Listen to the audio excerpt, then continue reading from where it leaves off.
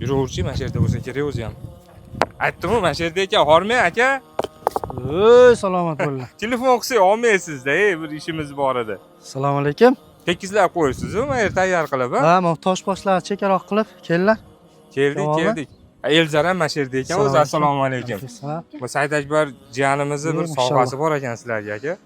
Elzarda ham uyda zerikayotgan ekan, olib kelib. Kelyapsiz, ha? Bu qurilayotgan uyida kichkina bo'lsa ham mana shu yoshligidan ko'rib, shu narsalar katta bo'lsin deb o'zini vatani bo'lib qoladi inshaalloh. Mana shu yigit bilan ichi qilib, bu toshboshlarni yo'q qilyapti, kelinglar.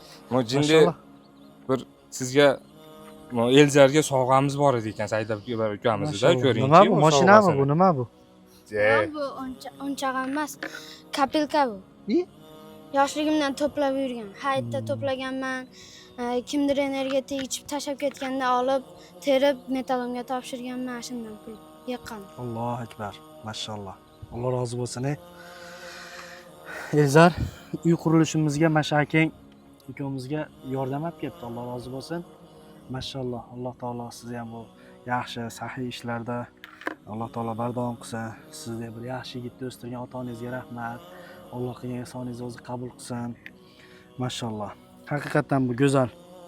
Endi buning ichida qancha borligini bizga qorong'u. Balki ko'pdir, balki ozdir, lekin Allohning fazli bilan Allohning nazdida inshaalloh bu katta ish. Chunki bu yosh, hali aytganda tirikchilik, oila, bola chaqa bilmagan bola bir qiylangan oilalar uchun deb kapilka qilib pul yig'ib, buni shunday bir bunday aytganda sadaqa-yu joriya bo'lgan ishlarga olib kelib berishlik bu katta ish. Shunday bir ishlarga undagan ota-onalar, bolalarni shunday tarbiya qilgan ota-onalardan Alloh rozi bo'lsin. Mashalloh, Alloh taolo hammamizga ham shu yigitdagi himmatni bersin. Qaranglar, bu bir metalolomga ko'chada kimdir energiya ichib ko'chaga tashlagan, kimdir baklashkasida ichib tashab, shularni ham musor tozalagan. Ham ularni sotib turib, qiylangan oilalarga shunday bir jamg'arma qilib yig'ib kelgan. Mashalloh. Alloh taolo bu yigitdan o'zi rozi bo'lsin. Alloh taolo bu qilingan ihsonlarni o'zi qabul qilsin.